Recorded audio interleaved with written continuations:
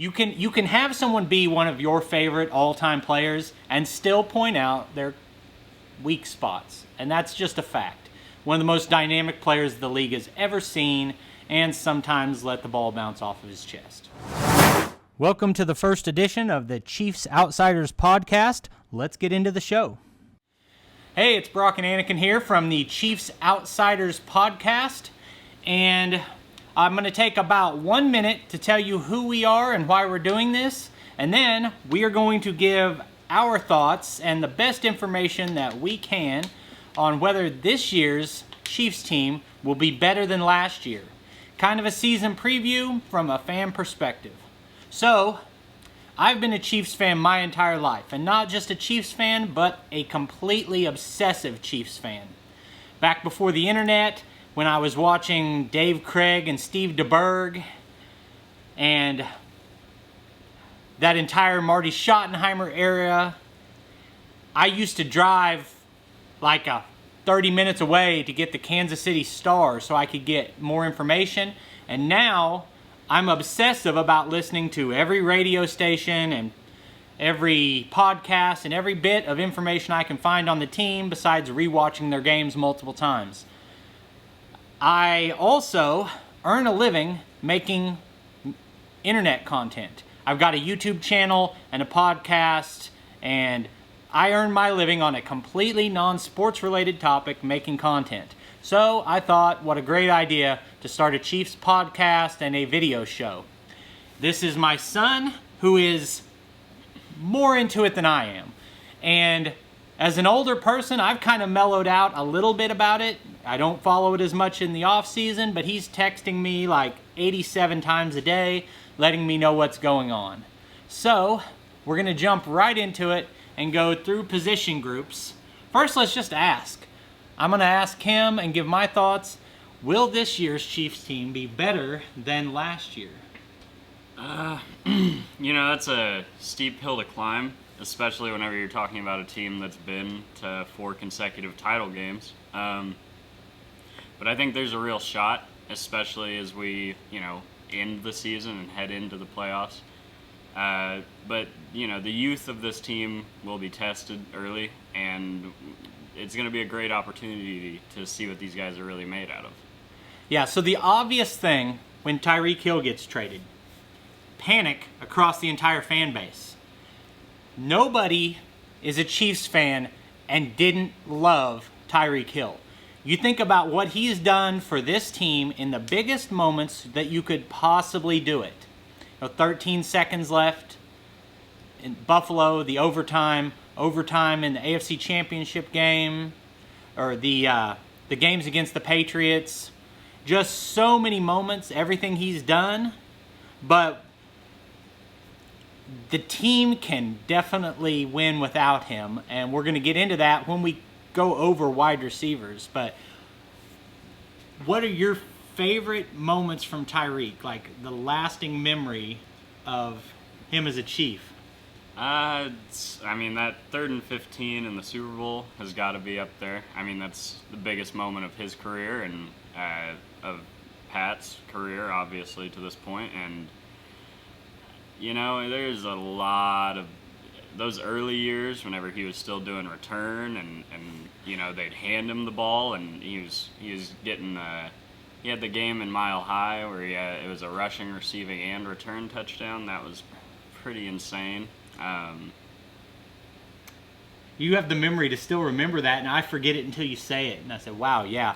So I remember Dante Hall, and it was that electricity that he could have been that return guy in my mind that just put fear into everyone's hearts and had them punting out of bounds constantly and giving up field position. And he could have been that, but I didn't believe the first year that he could be what he ended up being as a receiver.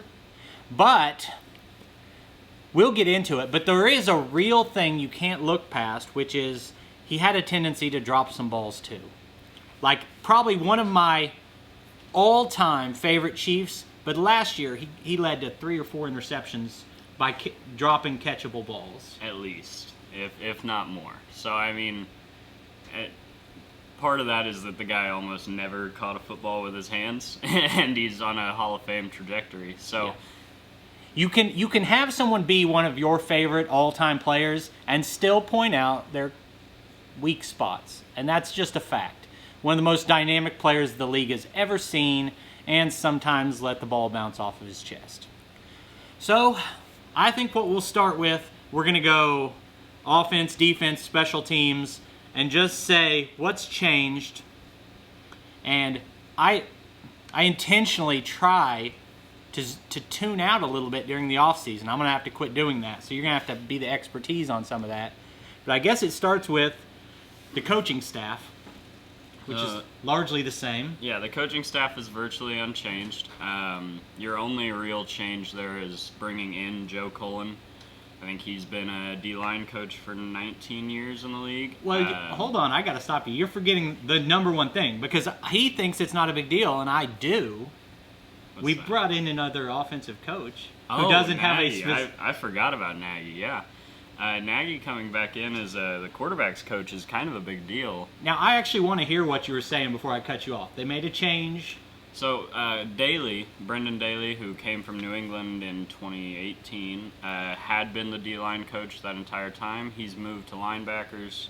And Joe Cullen, who has a ton of experience in this league, is the new D-line coach, which is pretty exciting. Now, didn't we also have am I a full year off that we lost the guy from Kentucky, House, was a defensive assistant? Yeah, House left last year. Last year. I can't remember where. It was college football. He left somewhere.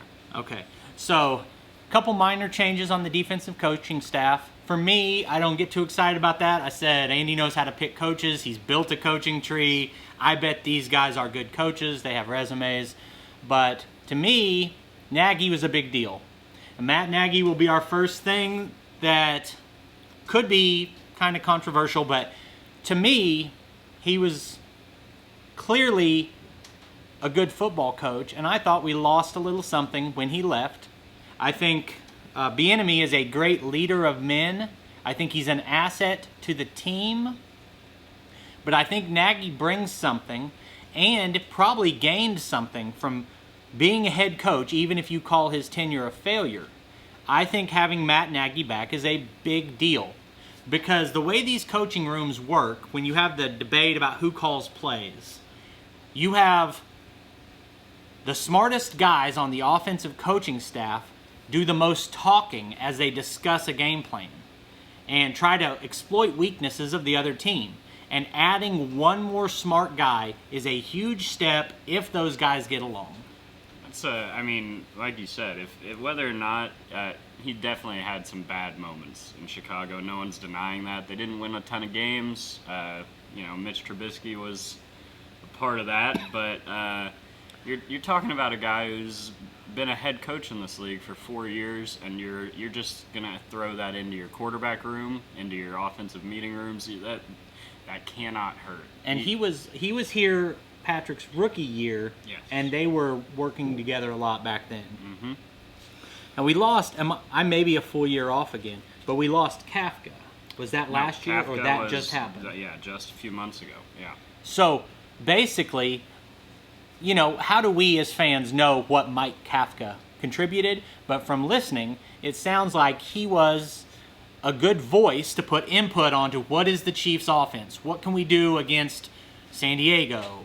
I'm always going to say San Diego. They're the San Diego Chargers, but I'm not going to derail there. Don't even get me started on Oakland. Yeah. And then, against the Chargers or any random team you want to say right there is Mike Kafka was a person who said, I've noticed this, and why don't we mix that in, and is in the headset, and now we at least got Matt Nagy back to, at minimum, do what Kafka was doing. Yeah, I think, and he's gonna step right into that role like he never left. Things have changed, but it's Andy Reid. It's been the same system for 20 years. Things are gonna be, they're staples here. And I think, you have to at some point. I think we're at the point where you say Andy Reid's the greatest Chiefs coach ever. Oh yes, for me that's not a question. I did not watch the Hank Stram Chiefs, but you acknowledge that they were the gold standard for a period of time. The Marty Schottenheimer Chiefs were fantastic for an extended period of time, but they didn't win the big game. Andy Reid has had more clearly demonstrated success with championship appearances in the one Super Bowl. And I think it's beyond question now, even though what Stram did was at a pivotal time of starting the franchise and building a fan base and everything. But I think at 64, I don't know how many cheeseburgers he had this offseason, but I think Andy Reid will be as good a coach as he's always been. Yeah, I'd guess so. Okay, so we'll call the coaching staff a push or a win. And then we'll move on to the quarterback room, where I think it's important to talk about Chad Henne. You have any thoughts on Chad? It's the same situation as with Nagy. As you know, this is a guy that your Hall of Fame head coach and quarterback both want in that room. That is a valued opinion on how defenses present, and you know, you're not going to say no to that guy. If you were... So, I was actually making a joke about the fact that Chad Henne wasn't the thing to talk about, but there is a real point to be made about the quarterback room. You have the option. There's a lot of flashier things you could do than keep Chad Henne. There are guys who have been NFL starters recently you could bring in, guys that were highly drafted, and you could have brought in to be your backup. Flashy, high-potential guys or something like that. And they like having someone who's been there and done that, and at least is familiar with the system and can be an assistant coach for Pat. And then you've got Pat Mahomes, and do you think he's any good? Is he going to make it as an NFL quarterback? I think he's going to make it. I think this glimpse of success that we've seen has a good chance of continuing. And on a real note, we started off seeing the greatest start to a career in NFL history. Inarguably. Nobody has ever started a career as well as Pat Mahomes started. And then last year, there was a dip. There were more interceptions. There were some tough games. And he still played as one of the top quarterbacks in the NFL. But some of the shine is gone, where you've got people who are paid to talk about football not ranking him as one of the top 3 quarterbacks even in the NFL because there's a shiny new toy out there. What do you say to those people? That's certainly a take, and I you know, to each their own. But if you're telling me there are 3 quarterbacks in the league or on the planet that are better than Patrick Mahomes, I wouldn't agree with that. I think he's going to go down as the greatest quarterback in NFL history. I also think players evolve. And there may come a point where there's someone who throws the ball 100 yards and jumps over the offensive line while running the ball. And there may be someone better someday, but today we've never seen anyone more impressive at playing the game of football. In the preseason game, week before last, he did the thing, and it's almost like I'd forgotten, where he's running full speed this way. He jumps in the air, spins 90 degrees, throws the ball sidearm to a guy who's going the other direction through traffic. First down completion, nobody bats an eye. And every single year, it's almost a weekly thing that you just kind of forget and take those plays for granted when that's a one-of-one play. You know, nobody in NFL history has ever been able to do that before, at least not the way he does it. Not with the consistency and just making it look so effortless. And then you've got the fact that I saw this week the lowest career interception percentages for a quarterback in NFL history, and he has the second lowest interception percentage of any quarterback ever. When everyone's take with him when he came out, you saw him the first time in the preseason, you saw him the first year against Denver, say this guy's going to be spectacular and he's going to throw a lot of interceptions. And then what? Yeah, they thought he was in that Brett Favre mold where he was just kind of going to throw it as hard as he could wherever he felt like it. And, you know, that really hasn't been further from the case. He's on that Aaron Rodgers level with the mental aspect of the game as well. He's just that guy. Now, I don't want us to just sit here and talk about everything great about the Chiefs. We're both optimists, but we argue sometimes, and one point of our argument has been about the ad-lib plays. And I've tried to make the case to Anakin that he should try to make a higher percentage of his plays be routine, and they should try to throttle him back. And I'm sitting here saying it now, and it sounds kind of crazy, but I think you cannot say that there are not times. I think you have to admit that there are times when he drifts back too soon, and there could have been something where a more limited quarterback would have stood still and got it out quick. And instead he floats back, hoping that there's something bigger, and in the time it takes to do that, it unravels. And so the only question is, should there be any effort to rein him in and get him to play within a system more? There is definitely some truth to that, and we're even through 2 preseason games this year, we saw some of the Mahomes drifting in the pocket, and my take on that is that is, you take the bad with the good there. He's gonna do that, and I don't think it's gonna be very easy to coach him out of that, because he is always looking for that shot, that big play.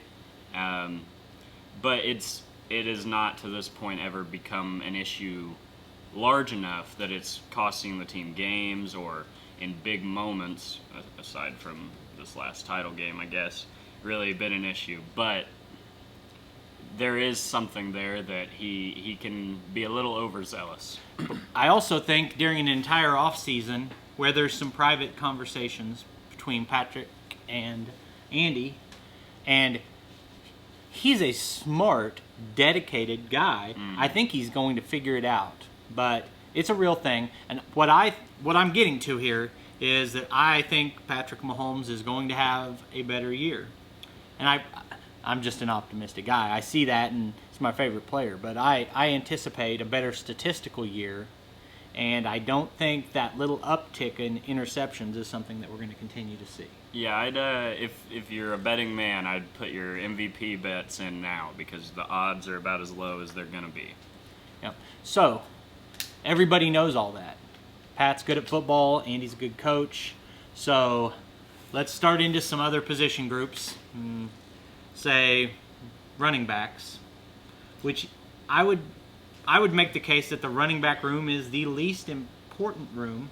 They're every single man on the 53, your backup kick coverage guys. Everybody matters. But if you had to rank importance of a position group, I'd put running back at the bottom.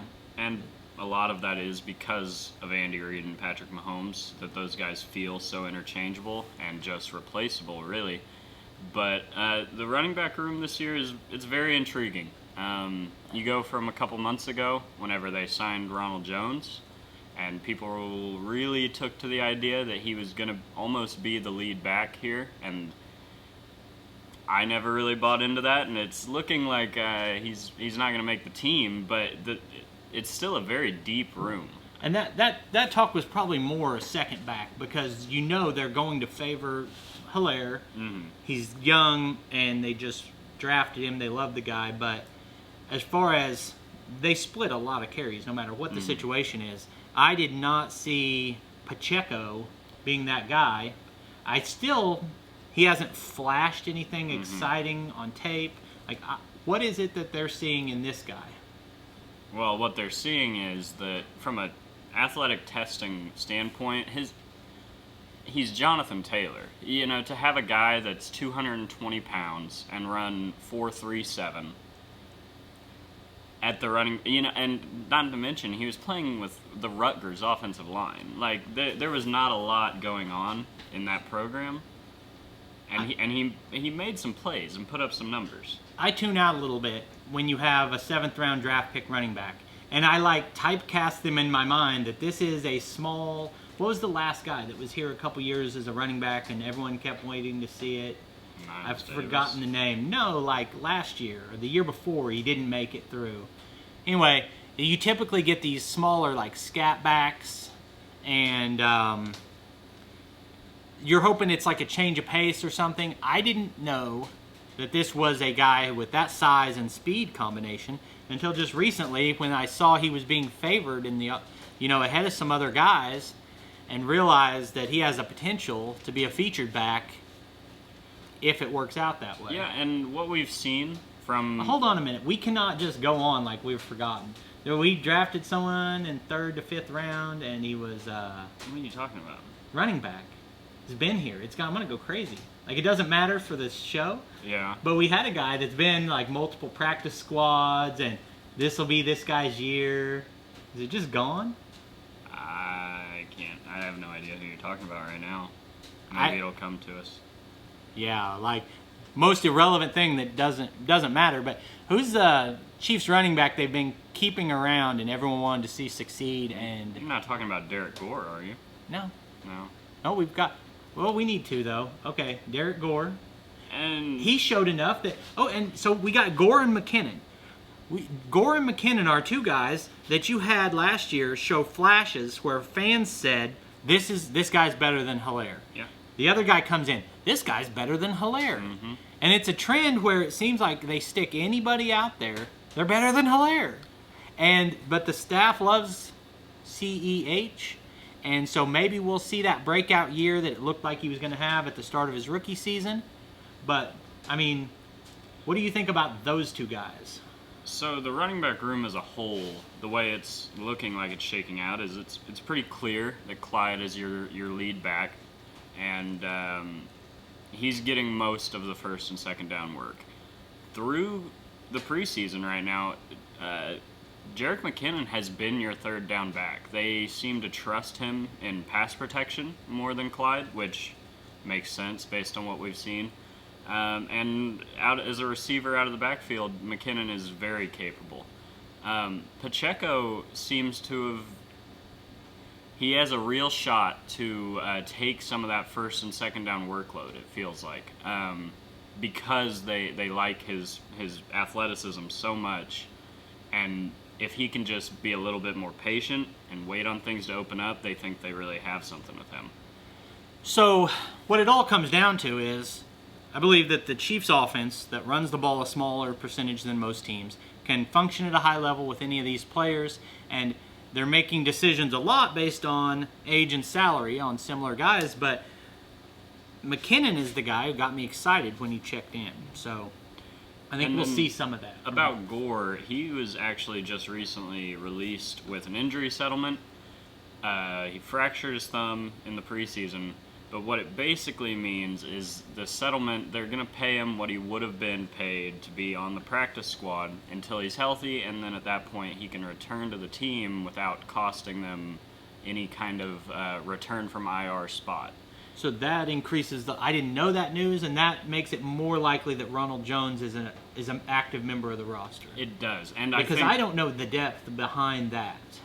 I think what really opens it up for Ronald Jones to potentially make this team, which a week ago I thought there was no chance, but Blake Bell being hurt and we don't really have a timeline of any kind on that. I think they could lean towards a fourth back, but we got cuts coming on Tuesday, so I guess we'll find all that out. Okay, so next thing, let's go offensive line. Well, we can't talk about the running back room without Michael Burton, who is clearly your everybody loves a fullback. Your short yardage guy, and makes me think of a ham sandwich and a cold beer, bringing his lunch pail. Yes, and I wish he would come to training camp in overalls and nothing else. He's not quite Anthony Sherman, but everyone remembers last year. I mean, they ran that fullback dive out of some heavy personnel about, I think it was 8 or 9 times, and he picked it up every single time. And then I think he had 3 or 4 receptions for first downs as well. It almost just doesn't get more exciting than when you're like, what's happening on this play? Then all of a sudden you realize we're about to see a fullback going 20 yards down the field, rumbling and stumbling. And yeah. So you never know. Love Anthony Sherman. Loved Anthony Sherman. And Michael Burton's filling that role pretty well. So he's definitely going to be on the roster. Yes. But then we go to the offensive line.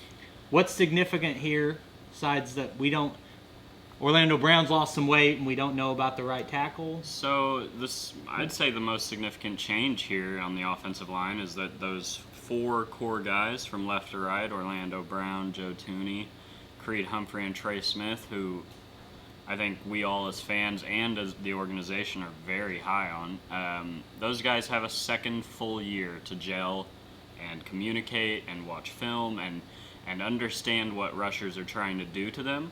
And I think the team feels this way as well. Andrew Wiley is a very serviceable player at right tackle. The team loves Andrew Wiley because he just wants to play football, and he'll play it at right tackle or right guard or left tackle or left guard. He'll do whatever they ask him to.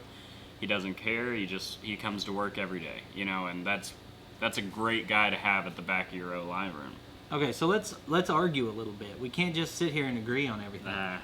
Well, the season hasn't started yet. Yeah, we'll argue when the season starts, but let's talk about the fact that they went from an O-line that kept us from competing in a Super Bowl through injury mainly, but was a weak point of the team. They went aggressive and dramatic and did everything that could be done to remake an offensive line in the season, and you have to probably give them an A+ on that, except I'm going to slander somebody right here who is apparently regarded as an above-average left tackle. I thought Brown struggled, especially at the start of last year. I think that the team is doing the right thing by fighting him on the money. I think that they should pay him a average left tackle starting salary, because I think at best he's an average left tackle. He's better than what we... Okay, let's do a real comparison. Eric Fisher or Orlando Brown.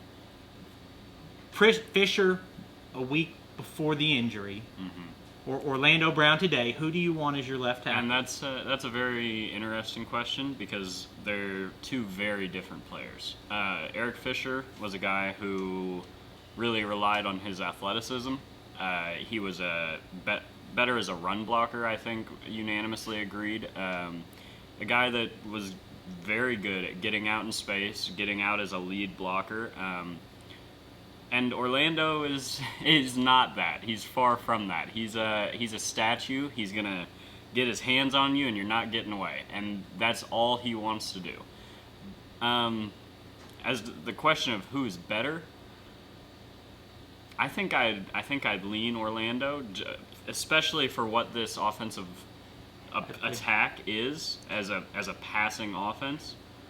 I think, and just as average fan's perspective here, what I saw from Orlando Brown was just incredible physical strength, and nobody all season long, not a single person bull rushed him. And if he was a little bit quicker laterally, he'd be an all-pro.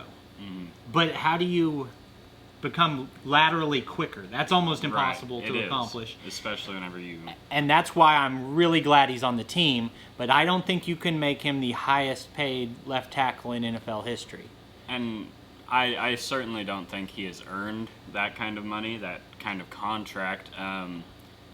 But it is kind of the going rate, if you're the most recent guy to negotiate. He just made a Pro Bowl. That's how the league works. And it's tough to say we're going to take such a strong financial stand that we're going to leave our franchise quarterback unprotected over here to save a few dollars. But there comes a point when the best wide receiver in your team's history was just no longer with the team right now because of the same kind of deal. They wanted to pay him a lot. They didn't want to pay him quite what he wanted. And the difference in these numbers in both cases, to me, seems so marginal. But when your agent and your ego and whatever wants you to be the top paid guy, and everyone's reminding you of the fact that in the next 5 years you need to earn a lifetime's worth of money, and it's all a complicated thing. But to me, I guess what you're hoping for is some of these young prospects really emerge so that you can replace them if you can't come to a money agreement. Right, and that's the thing I think Brett Veach and his staff have shown time and time again, is they are not scared to make a move. They are not scared to go back on a move they've already made. So, and that's the biggest thing with Orlando Brown, is I don't think that Brett Veach is going to be willing to hand out top dollar just to keep the continuity of the roster together or just to appease a player that you've had in the building. I think they are willing to move him or let him walk and pursue other options if he doesn't have, the kind of season that warrants the contract he wants. Okay, so let's go next step. Everybody loves the 3 interior linemen. I think we're set up, barring any kind of injury, for a long run of good line play there. What about depth on those positions that we just discussed? So the O-line depth this year is pretty shaky, it feels. Garen Christian is clearly your swing tackle. He started 8 games last year for the Texans at left tackle. He's gotten reps throughout camp as the first team left, first team right, second team left, second team right tackle. That's clearly the guy they want in that spot that can play just about anywhere. And if it really matters and they don't trust him, we've seen Tooney slide over. That's right. Which is a very cool little thing to have in your back pocket. Oh yeah, I can be a left tackle. Right, and it's a testament to Joe Tooney, who's basically been one of the best left guards in the league since the day he got into it with the Patriots, and he's continued that in Kansas City. He's absolutely fantastic. But continuing with the depth, you got Nick Allegretti, who I think they're trying to figure out if they need to keep Austin Ryder or if Nick Allegretti can be your backup center as well. Which it's pretty crazy looking back on, like we were talking about, that Super Bowl loss to the Buccaneers. Austin Ryder was your only healthy lineman in that game, and he's 2 years later, he's probably not good enough to make this team, and he was a starter. So, and then the last big question mark for me is what's going on, because I just don't know, with Lucas Niang. Do they think timeline? There has not been any word really on Niang. He had the patella tendon tear last year, and that's a pretty tough injury, especially for a heavy set tackle like Niang. He's on the PUP. I would expect him to stay there for the beginning of the season. I think they actually did change the rules on the PUP this year, where it used to be you were ineligible for the first 6 weeks. I believe it is now 4, and he would, if he was healthy, would be eligible to return week 5. Because what you're hoping, there's the odds that all 5 offensive linemen stay healthy for 20 games through the Super Bowl, or depending on if there's a bye or whatever, how many games it takes us to win the Super Bowl, the odds that we have the same 5 the whole time are pretty slim. And so you're looking for those 2 guys who can step in maybe for 3 or 4 games, or maybe even take somebody's job, and that's the category Niang is in. Right. That if healthy, he would have a shot to win that job. But we don't know. I think the odds are that you're hoping he's your number 1 backup tackle by mid-season. Right, a guy that could step in. Say Andrew Wiley's struggling, they could just switch those guys out. Andy has shown a willingness to do that in the past. And then as far as right tackle goes, it's been really quiet on the Darian Kennard front. I was ecstatic on draft day. I think everyone was. That, this guy, whenever the pick happened, people were projecting him to start. And at right tackle, a lot of teams viewed him as a guard, but the Chiefs clearly look at him as a tackle.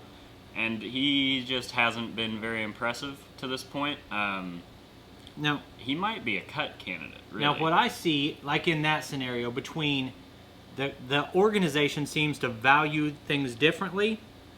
This is not the same conversation with Ronald Jones and Pacheco. If they were right tackles, Ronald Jones would play. Right. Because they trust him. And at right tackle, we have seen them put rookies in over veterans, but I think Wiley is favored in those battles because he's proven it for this team as a starter in the regular season, and maybe once didn't prove it in one big game, but I don't remember when that was. And again, it's just the same. He's got the track record in the film room and in the meetings, and and the other guys on the team love him, and they know who he is, and they can trust him. And there's always another layer of this that we don't see because we're Chiefs outsiders, not Chiefs insiders. That's right. And we don't know if they've drafted someone with these skills who shows up late to meetings, or like, I'm not implying anything about anyone, right. But what is their emotional maturity level to step into an NFL roster today? Can they handle everything that takes? Do they communicate with the player next to them? There's a lot more than being big, strong, and fast to winning a job. Yeah, definitely. And then it would make sense with how the O-line room looks for there to be an addition, especially if a veteran with some playing experience at tackle were to become available. I think the Chiefs would be interested, because similar to that Super Bowl loss, the depth there was not great, and I don't think the depth here right now is great. That starting five is very solid. So now I think we spent a lot of time and we haven't got to some of the more interesting positions. So let's go to wide receiver, which on paper, you cannot lose one of the three best players at a position in the league and say that the position group got stronger. But again, just my natural optimism, I feel really good about the potential of the group. It's concerning because some of those guys maybe aren't practicing all the time, and you'll have more details on that. But big picture, position group, wide receivers last year, wide receivers now. Big picture, the room as a whole is much better. Much better. Whenever you're talking about week 1 last season, your second, third options in that receiver room were Byron Pringle and Demarcus Robinson and McCole, who is still really not fully showcased himself as a true receiver and more than a gadget guy. And I mean, just to now, where you're talking about Juju is clearly your leading guy in that room, but Marquez Valdez-Scantling, Sky Moore, Justin Watson, I think all of those guys are day one direct upgrades to the guys that we were seeing in those positions last year. So am I confused on the number? Was Robinson 11?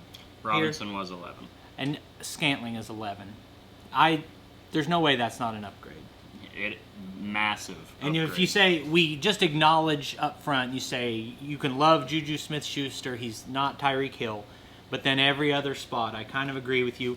McCole versus McCole, it's going to be close. Yeah, right. But you would think, as much of a joke as that sounds like, that he would be a better player now, used differently. More comfortable, just another year of NFL experience. It matters. So I don't think that there's reason to doubt the team because of the wide receiver room. But here's what I want from you is you follow it other teams closer than I do. I know he's had all-pro type year and some injury years, but who is Juju Smith-Schuster? So Juju, I think, well, first of all, that his rookie year he put up over 1,400 yards playing alongside Antonio Brown. That was as a rookie? Yeah. And wow, I thought that was his second year or something. And then, I mean, I could be wrong on that. Very early in his career, he had a massive statistical season. And then basically every year since then, he's been a little injury-riddled. And it didn't ever help that he was playing with the ghost of Ben Roethlisberger. Who couldn't throw a football anymore. Yeah, just a fact. He legitimately had a noodle for an arm. But all that grit. Right. He just was so Pittsburgh gritty.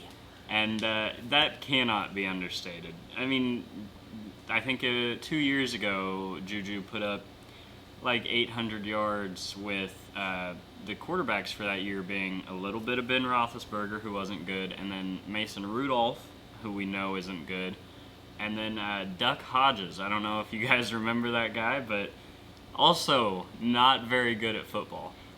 He would. Okay, I was going to make a duck joke there. I'm just going to skip it.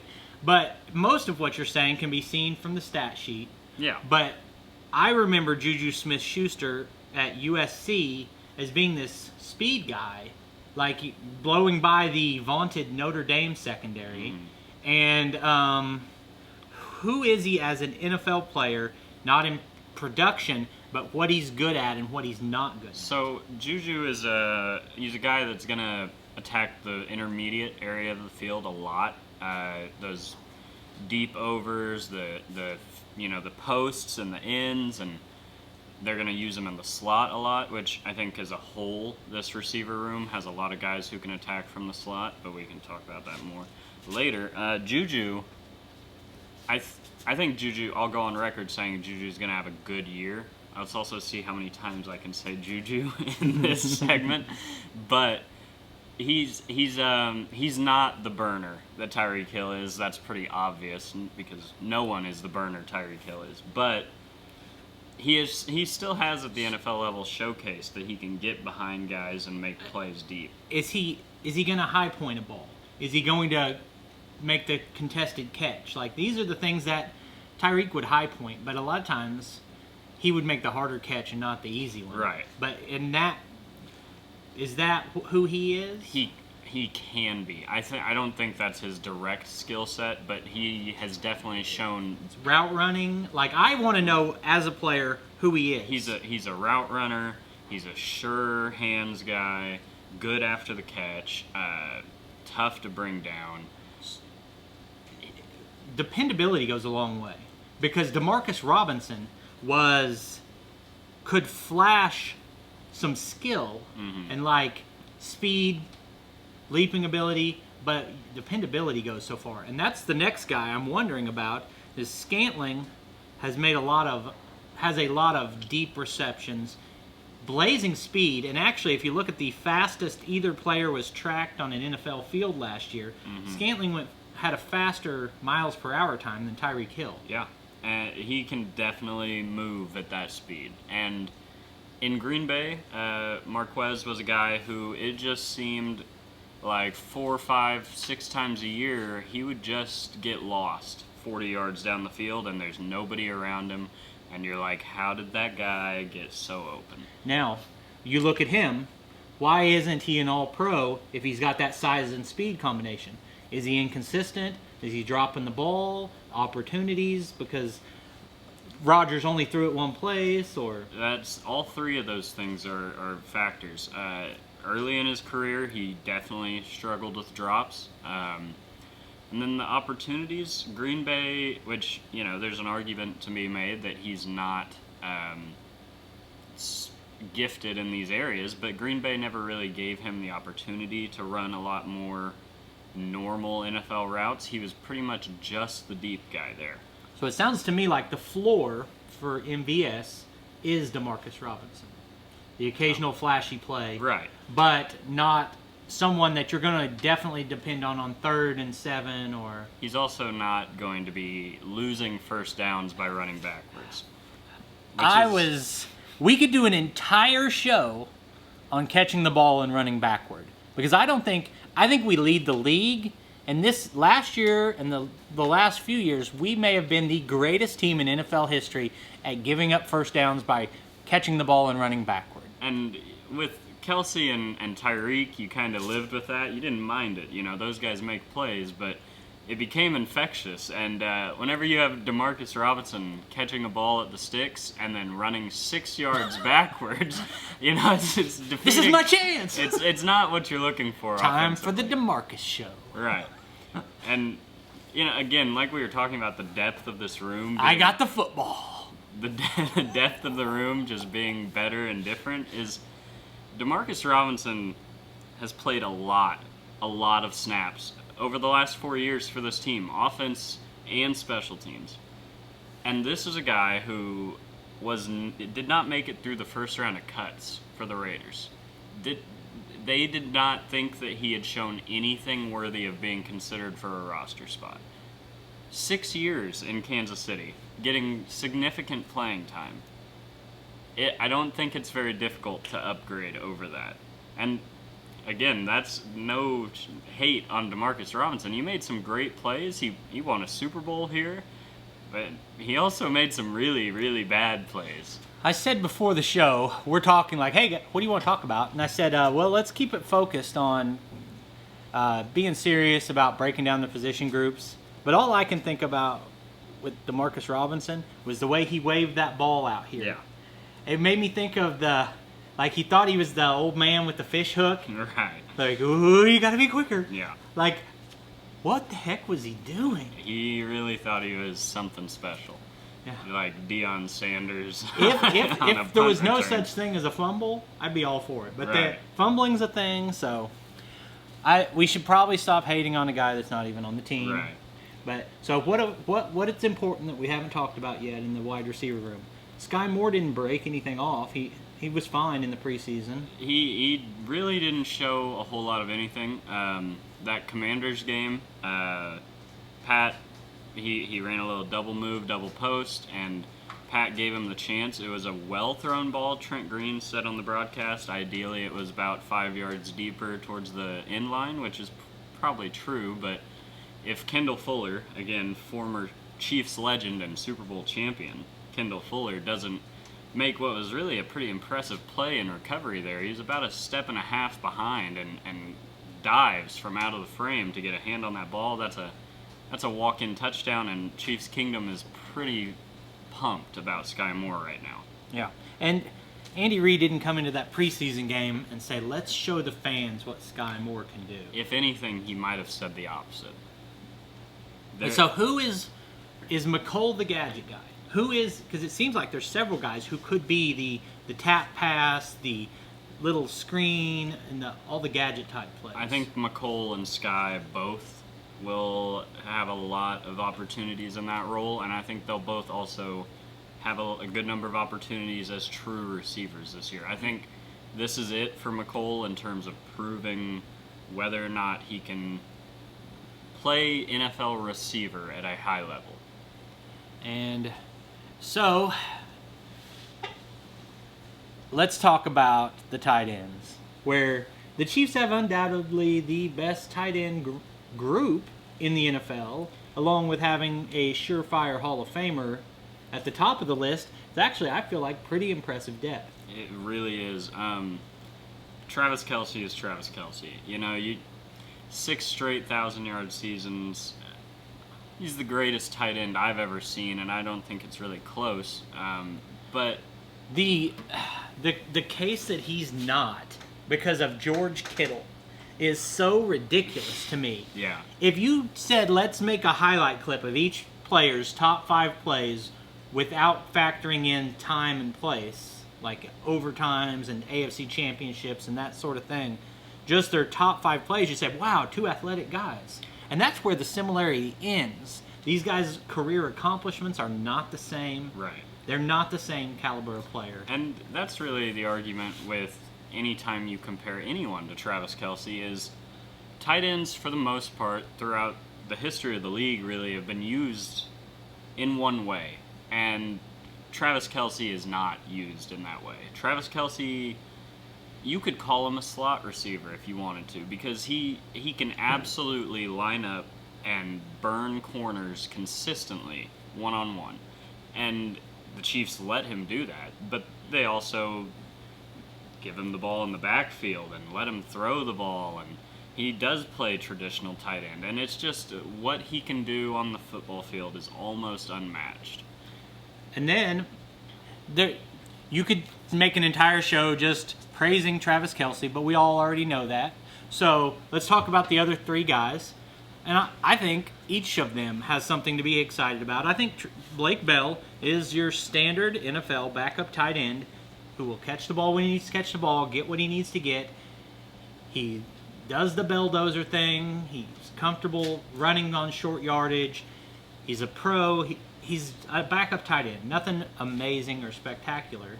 And I heard someone make the analogy that the 3 Chiefs backup tight ends were really in a one A, B, and C kind of situation, because their skill sets are all very different. Blake Bell, which he is injured, and we don't really have a timeline on that, but we're expecting he will be back at some point this season, and I think he has a large role whenever he does return. Blake Bell is a very good inline blocker, and like you said, he's very capable on those quarterback sneaks. let's hope Andy doesn't ever bust out the Blake Bell quarterback option, because that was awful. But and just before I let you finish, what I was going to say is that Blake Bell is a very competent backup tight end. I hate that he's injured. I hope he comes back and has a role. But we would have a stacked tight end room without him. that is true. And then your other two guys, again, different skill sets. Noah Gray was a 4th-round pick last year and had a big camp as a rookie, and people had some expectations for him. He didn't really show a whole lot as a rookie, but year 2, another strong camp. He kind of can do a little bit more of what Travis Kelce does than anybody else the Chiefs have, in that he can line up in the slot, he can line up as the number 2, he can... You don't really want him being an inline guy. He's not much of a blocker, but he's a receiving threat, and he's got some speed and some vertical ability that he's shown. We just haven't really seen much of it in NFL action yet. And then you've got Jody Fortson. And Jody Fortson is one of these guys, like the one I couldn't think of earlier, Darwin Thompson, that gets talked about and then doesn't produce anything. And he's been on the team a few years. And last year in preseason, I said, we are never going to see Jody Fortson contribute in an NFL game. And then right before he got injured, or was it the play he got injured, or like... So Fortson... He flashed, and he proved me wrong, showed he can contribute on an NFL roster. Yeah, Fortson had, like you said, he got buried. He was a receiver who was way too big to play receiver and couldn't make the team. He was on the practice squad a couple of years, and then they moved him to tight end, and last year he had 2 touchdowns before he got hurt, and then it was that Commanders game. I think it was just a few plays after the highlight catch where Mahomes just gave him a fade jump ball near the pylon, and Fortson elevated about a foot over the DB and went and got it. And that role will be back for him. There will be a legitimate red zone role for Jody Fortson. He's a special skill set that no one else on the team has. Yeah, that kind of size and athleticism. Yeah, he can high point a ball, and I think he can be a weapon for us. He proved it in the regular season. He proved it in the preseason this year. And just another weapon. Yeah. That may not get, he's not going to get 12 targets, but it's good to have. And what the other thing I was saying, that they could get by without Blake Bell, as much as Travis Kelce is one of my all-time favorite players, I think we could win a lot of NFL games without him because we have capable players in that position. He's just the most well-rounded, obviously. Right. And again, in that Commanders game where Fortson scored the 2 touchdowns, one on a back shoulder fade that was pretty much uncontested, and then the other one was one of those magic Mahomes plays that we're so accustomed to seeing. It was a fantastic throw, but that catch was really impressive as well. I mean, he had a guy all over his back in the front corner of the end zone, and is able to, he bobbles it a little bit, but gets the feet down and makes the catch. And I think people were overreacting a little bit to that game, and I saw people saying he might score 10 touchdowns and all this, and I wouldn't go that far, but I think there's a very real chance Jody Fortson, he may only catch for 300 yards this year, but he could score 6 or 7 touchdowns in the red zone, and that would be huge. That would be a big difference. So, we started this, and the plan was we were going to go across the entire team and talk about better or worse. And we are almost an hour in, and we've only covered the offense. So, I listen to 2-hour podcasts maybe, but probably most people don't. So we're going to try to cut this off in about an hour, and we're just going to do the offense today. And let's go big picture. Yeah, that's what we're here for, better or worse, what we've talked about today. And like with anything, you got a lot of new faces. These guys... That entire receiver room basically is learning the entire playbook from scratch this offseason. And, you see them working with Mahomes down in Texas and the OTAs and all of that. That all helps. But, it's just like the defense, which we'll talk about later. But there's going to be some bumps and bruises early offensively. I'm sure there's going to be some miscommunications, maybe some drops, maybe whatever it is. But I think, as you give this unit time, they're going to round into being one of the best offenses in the league again. And so an important point here, because we're talking about will this Chiefs offense be better than last year's Chiefs offense?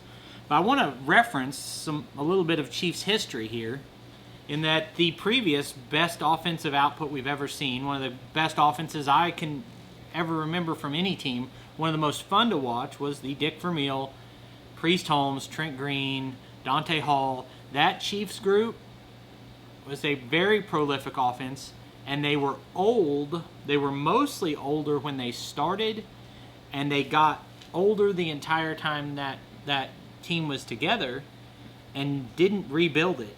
And we fell into bad football after that. Bad. And so it matters. Travis Kelce can be here as long as he wants, but at some point, you've got to replace your 29-year-olds with 23-year-olds. Mm-hmm. And we've seen it. The offensive line is now very young.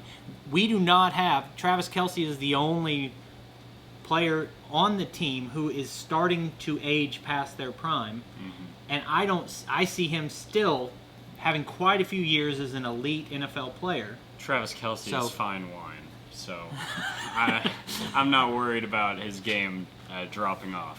So then what you've got is that the way you run a successful organization is that it's a bit of magic that not many franchises capture. If you can say, we're going to get younger and better. And there may be some years that are a little step back. But, man, this is a young team still. Mm-hmm. And if you can do that, you're going to be fun to watch for a long time. And we've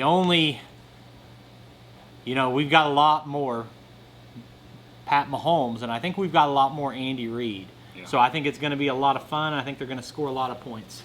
But bottom line, is this a more prolific offense than last year? I think it will be. Me too, because it's not any fun to think the opposite. That's true. And like I said earlier, maybe throwing a bet on old Mahomes for the MVP. I think he's heard the chatter, and he's ready to prove some people wrong. Now, I want to close this out by saying we're going to be streaming this starting out once a week, and then we're probably going to do it more often than that. And it's available on YouTube and anywhere that you get your podcasts. So subscribe, give us a 5-star rating, leave a comment, hit the like button, all of that. And I really enjoyed doing this. Yeah, that was great. We'll see you on the next one.